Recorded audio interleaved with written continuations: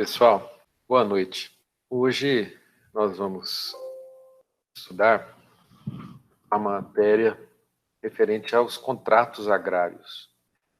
Infelizmente, num curso rápido como esse, não dá tempo de nós analisarmos detalhadamente o Estatuto da Terra, Lei 4.504 de 1964. O Estatuto da Terra teve por objetivo implantar um modelo de política agrícola no país associado a um modelo de reforma agrária. Quando se fala em reforma agrária, a gente muitas vezes vem à cabeça uma ligação estreita com os movimentos sem terras, movimentos sociais. Não é só isso, também o é, mas reforma agrária no Brasil significa a possibilidade de acesso à terra.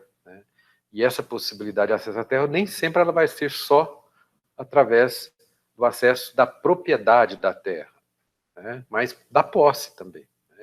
E a posse, muitas vezes, ela é realizada através dos contratos agrários, principalmente de parceria agrícola e arrendamento, que são os contratos que nós chamamos de contratos típicos do agronegócio. Por que eles são típicos? Porque eles estão previstos no Estatuto da Terra. Se estão previstos no Estatuto da Terra, eles estão tipificados no Estatuto da Terra.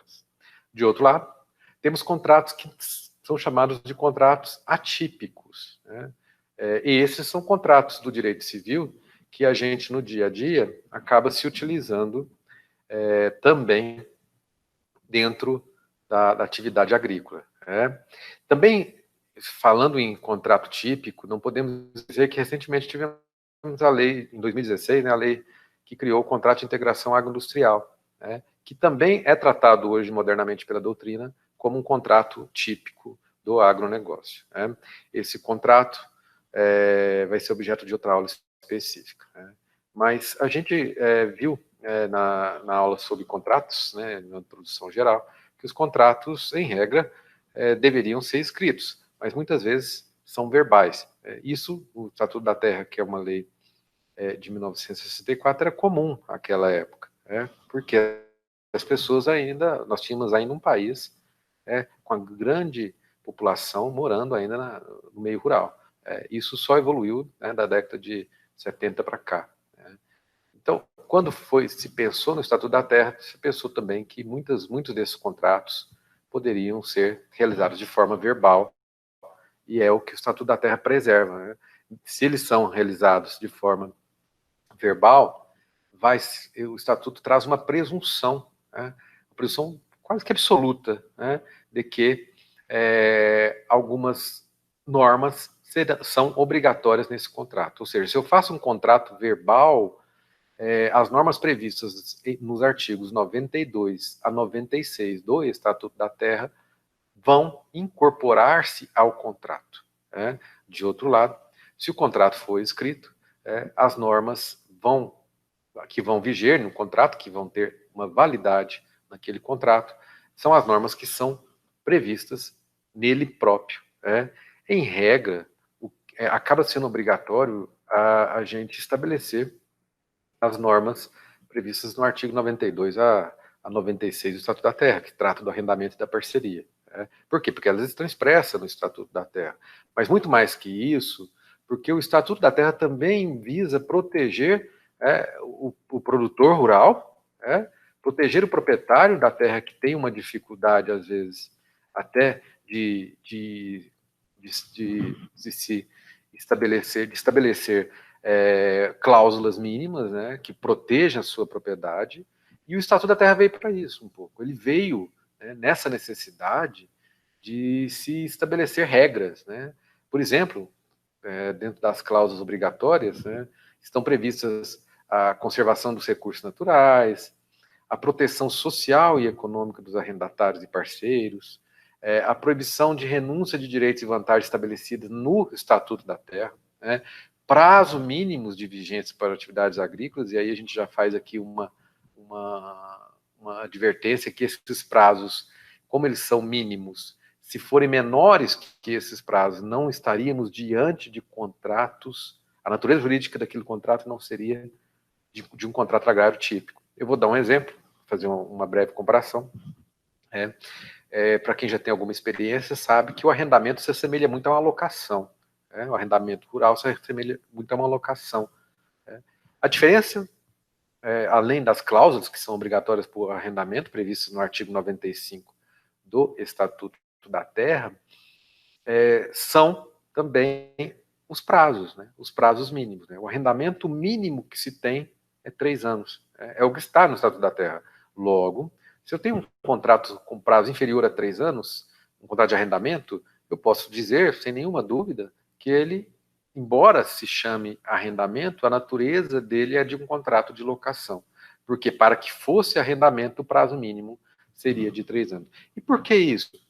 Isso é para proteger também os arrendatários e também o arrendante. E por quê que se protege o arrendante? Digamos que ele tenha, no primeiro ano que ele arrendou sua terra para uma produção, aqui na nossa região a gente pode citar milho, cenoura, alho, cebola.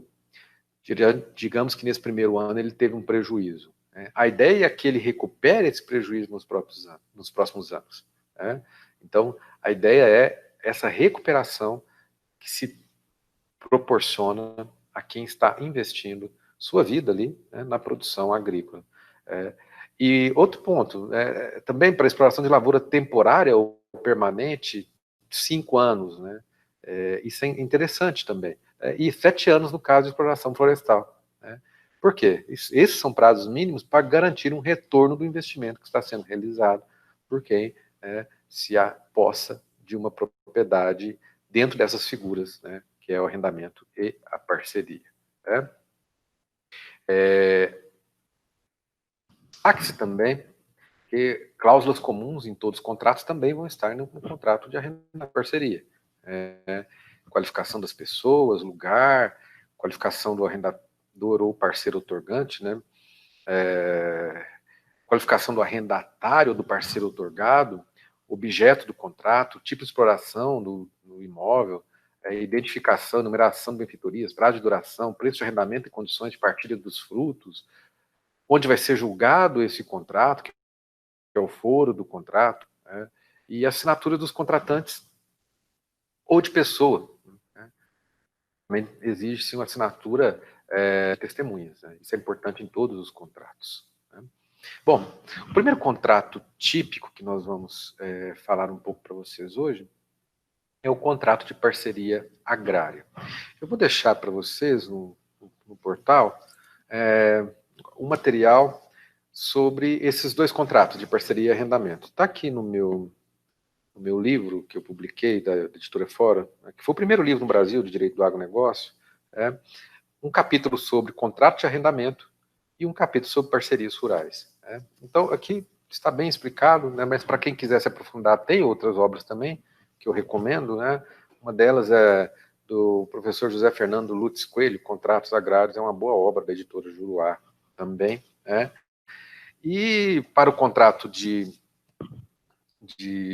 integração, a obra mais atualizada é a do professor Francisco de Godoy Bueno, editora Almedina, já tratando da lei 13.288 de 2016, que é a lei de integração industrial. Então, vou deixar para vocês um material que é o do meu livro, os outros dois não, os dois foi só para mostrar caso tenham interesse em se especializar na área.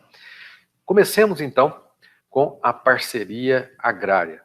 Nós vamos ver rapidamente o histórico, conceito, sujeitos daquela relação contratual, modalidades, parceria agrária e a sua diferença com parceria escalonada. É um contrato, historicamente, é um dos primeiros contratos que se tem notícia no direito. Então, para vocês terem uma ideia, ele já existia no Código de Hammurabi, 1700 a.C. O Código de Hammurabi regulava a relação contratual entre as classes sociais existentes na época. Na época, eram duas classes, Abilum e Musquenum, e ali o Código preocupou-se em estabelecer um parâmetro para que pudesse regular aquelas relações. Engraçado que o Estatuto da Terra um pouco que incorpora aqueles prazos, um pouco que incorpora aquele modelo, porque funcionou como fonte, né, de produção dessa modalidade contratual, a ideia trazida pelo Código de Hammurabi, né? No Brasil, podemos dizer que o contrato de parceria, ele surge, claro, com o fim do tráfico negreiro. A ausência, a falta de mão de obra, né, no país levou ao surgimento do contrato de parceria, o reforço desse contrato. Na verdade, ele já existia, mas não era regulamentado, né, e ele começa a ser regulamentado pós-fim da escravidão.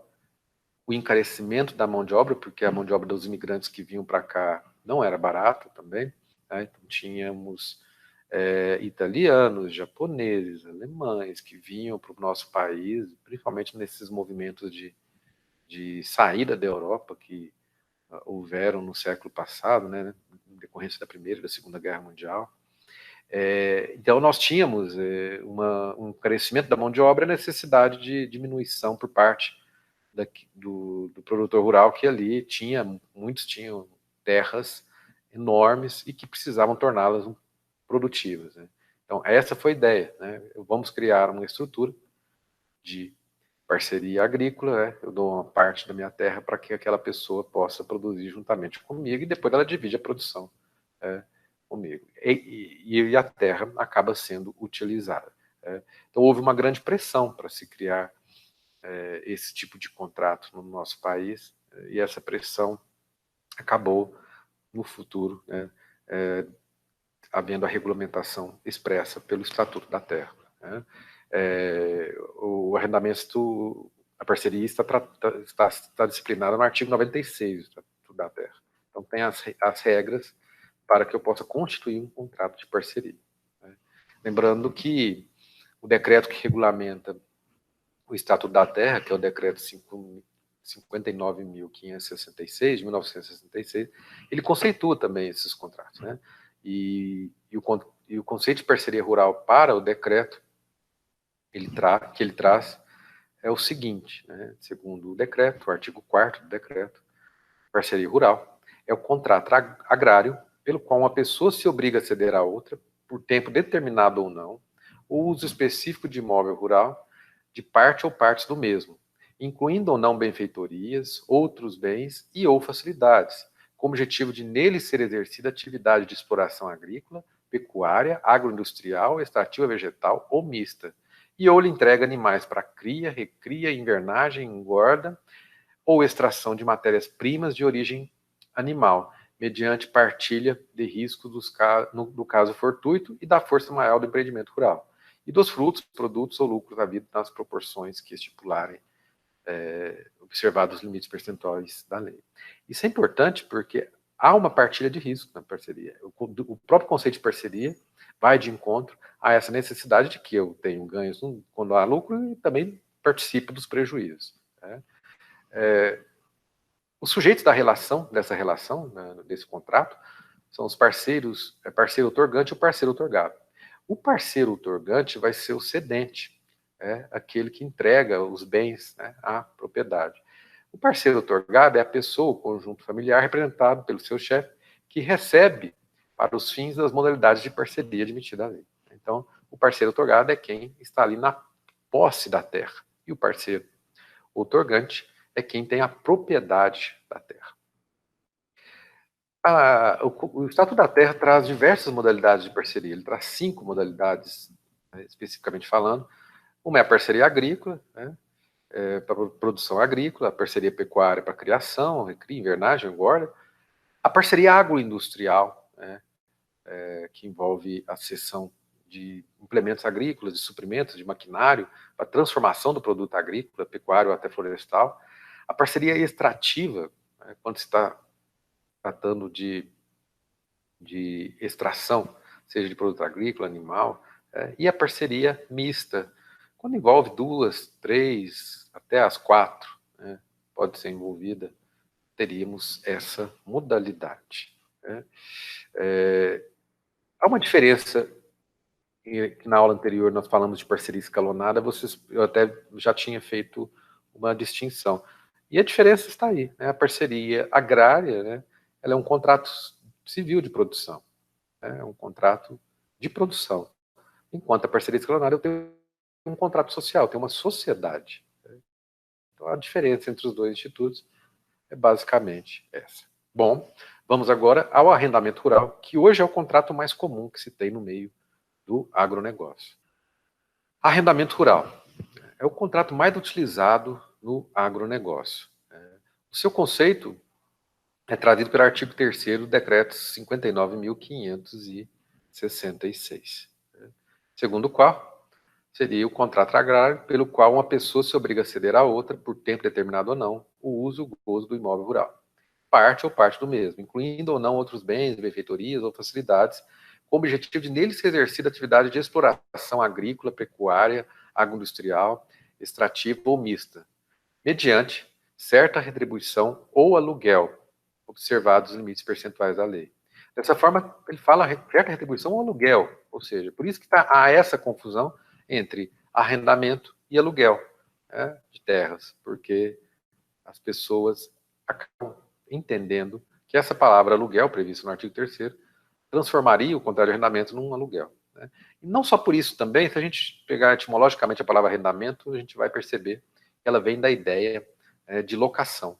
Né? Inclusive em alguns países, né, o arrendamento representa locação ainda. Arrendamento em Portugal é locação.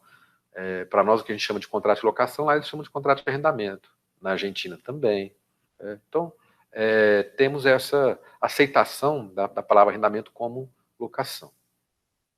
Os sujeitos da relação que nós temos, né, é o arrendador e o arrendatário, como partes contratantes. Né?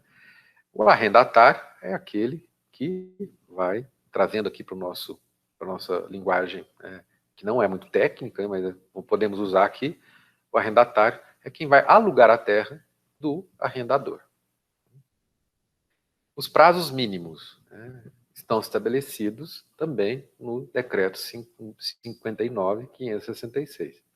Por que tem prazo mínimo? É uma espécie de proteção da relação contratual, principalmente em relação à frustração de safra, má utilização da terra. Né? Temos a proteção para um lado, mas também para um outro. Ela é importante para as duas partes dentro dessa relação contratual. Outro ponto importante do arrendamento é o direito de preferência. Né? O direito de preferência ele é tanto para continuar na posse da terra, né, aí por parte do arrendatário, quanto também para que possa adquirir a terra caso o arrendador queira vendê-la. Né? Então, se eu sou arrendador de uma terra e quero vender a terra, eu tenho que primeiro pegar a assinatura do arrendatário para que ele me livre da possibilidade de ter um contrato de compra e venda anulado posteriormente, porque ele tem o direito de preferência. Isso foi consagrado pelo Estatuto da Terra. E é muito importante, porque senão ele vende a propriedade no momento onde eu realizaria a minha colheita. Então ele tem que esperar o prazo e me dar esse direito de preferência, até porque muitas vezes o arrendatário faz notórios investimentos na propriedade agrícola e, com certeza, ele quer adquiri-la posteriormente, se for possível. O preço. O preço é uma retribuição pecuniária. Então, nesse caso, vai ser pago, e a própria lei diz que é uma retribuição ou um aluguel. Né? Então, pode ser uma retribuição anual, posso fazer um contrato de arrendamento que a retribuição seja anual, mas pode ser mensal, como se fosse um aluguel. A indenização por benfeitorias e retenção. Vocês ainda talvez não saibam o que é uma benfeitoria útil, necessária e uma voluptuária. Né? Mas já estão estudando aí na parte geral do Código Civil essas benfeitorias. A benfeitoria útil e necessária e as necessárias vão ser as que vão ser indenizáveis, ou seja, o decreto 59.566 estabelece que essas benfeitorias deverão ser indenizadas. Elas estão previstas também no Código Civil, no artigo 96. Né? Por quê? Porque elas são necessárias e são, ao mesmo tempo, de utilidade para a terra. As obituárias são aquelas benfeitorias de lazer, por exemplo, né? Uma piscina que é construída, uma quadra de futebol dentro de uma fazenda. Isso não vai ser indenizado. Então, eu só será indenizado se eu tiver autorização do arrendador para a construção e nessa autorização ele expressar que indenizará essa benfeitoria após o final do uso da terra. Obrigações das partes. As obrigações do arrendador vão estar descritas no artigo 40 também, mais uma vez, o decreto 595666. E do arrendatário encontra-se no artigo 41.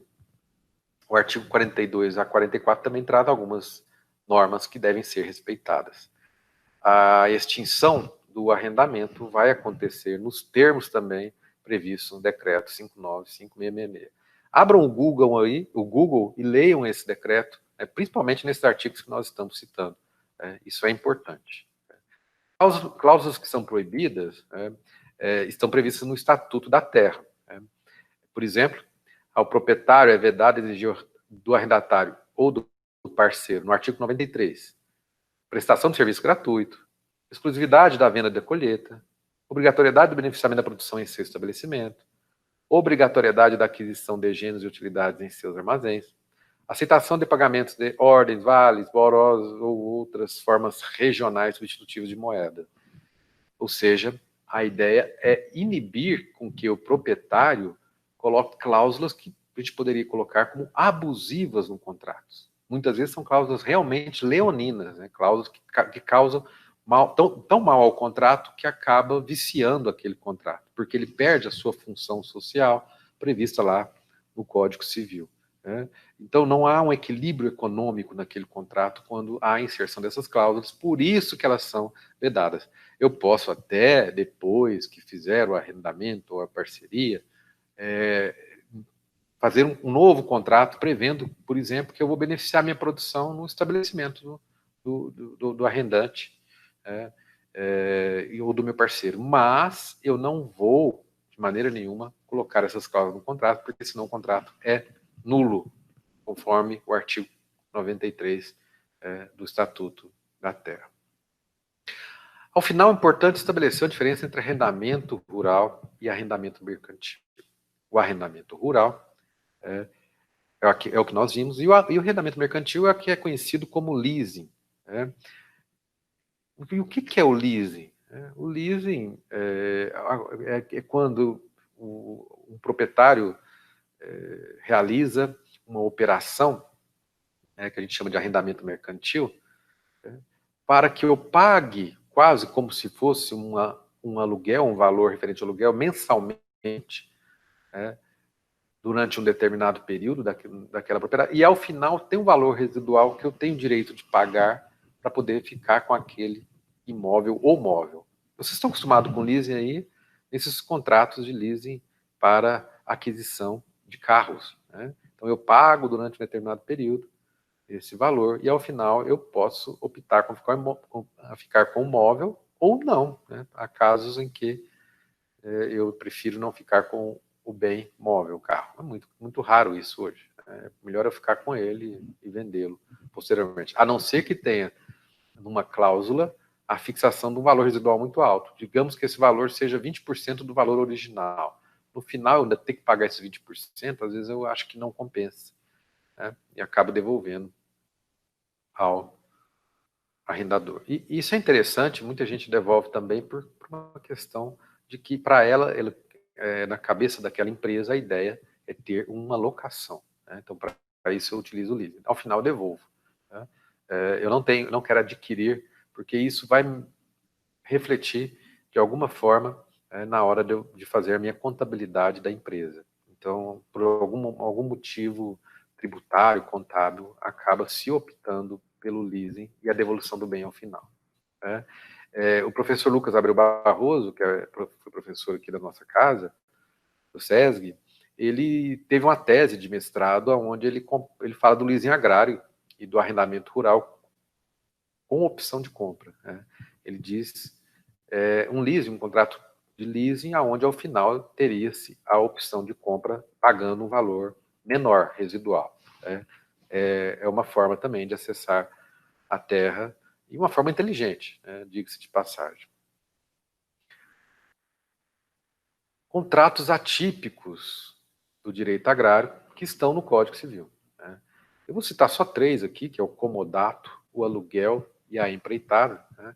Até trouxe para vocês os artigos que o Código Civil traz disciplinando, né? No caso do comodato, artigo 579 a 585, no caso da locação, artigo 565 a 578, no caso da empreitada, artigo 610 a 626. Tá?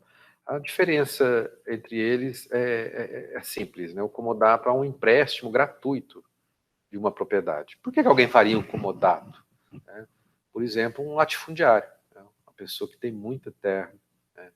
E precisa tornar um espaço produtivo, né? Mas ele não consegue investir ali mais porque a sua terra é muito grande. Alguém que tem 30 mil, 40 mil hectares de terra. Então ele faz alguns comodatos a algumas pessoas para que a terra não se torne improdutiva, né? E para que ele não perca a terra em virtude da sua improdutividade, que pode acabar incidindo uma invasão ou uma reforma agrária por não alcançar índices comuns de produtividade naquela terra. Né? Então isso também gera reforma agrária. Para que ninguém invada também. Né? Quando eu passo para incomodar uma relação de confiança para uma pessoa, eu estou inibindo a invasão. O aluguel são contratos feitos menores. Aluguel de pasto, por exemplo. Geralmente é feito por um ano. Tem pessoas que fazem até por 6 meses só, por um período que precisa. Não é um arrendamento. Né? É um mero aluguel de pasto, alocação de pasto. A empreitada é a contratação de um serviço específico, né, para a minha atividade. Por exemplo, empreitada para construir um galpão na minha fazenda. Pode ser empreitada de obra. Né? Empreitada para trabalho, né, de lavor. Né? Eu contrato uma empresa que vai vir na minha fazenda e fazer a colheita do café no mês de julho e agosto, né, que são os meses onde se colhe o café. São modelos de contrato previstos no Código Civil e amplamente utilizado no direito do agronegócio. Bom, gente, era isso que tínhamos, né, sobre os contratos. Gostaria de ter mais tempo para a gente discutir com mais calma, mas é uma matéria muito mais informativa, né, direito do agronegócio, né, para chamar a atenção para vocês desse campo do direito que existe, né, e que vocês tenham oportunidade depois de estudá-lo e um dia também, torcendo para isso, que vocês possam trabalhar nessa área, que é uma área que dá gosto a gente ver o crescimento, o desenvolvimento tecnológico que ela vem suportando hoje no nosso país. Tá? Um grande abraço a todos.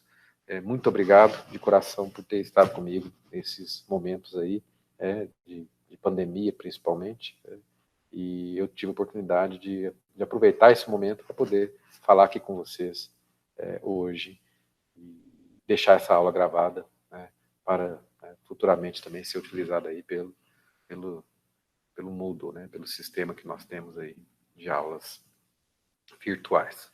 Um grande abraço e boa sorte no curso de vocês.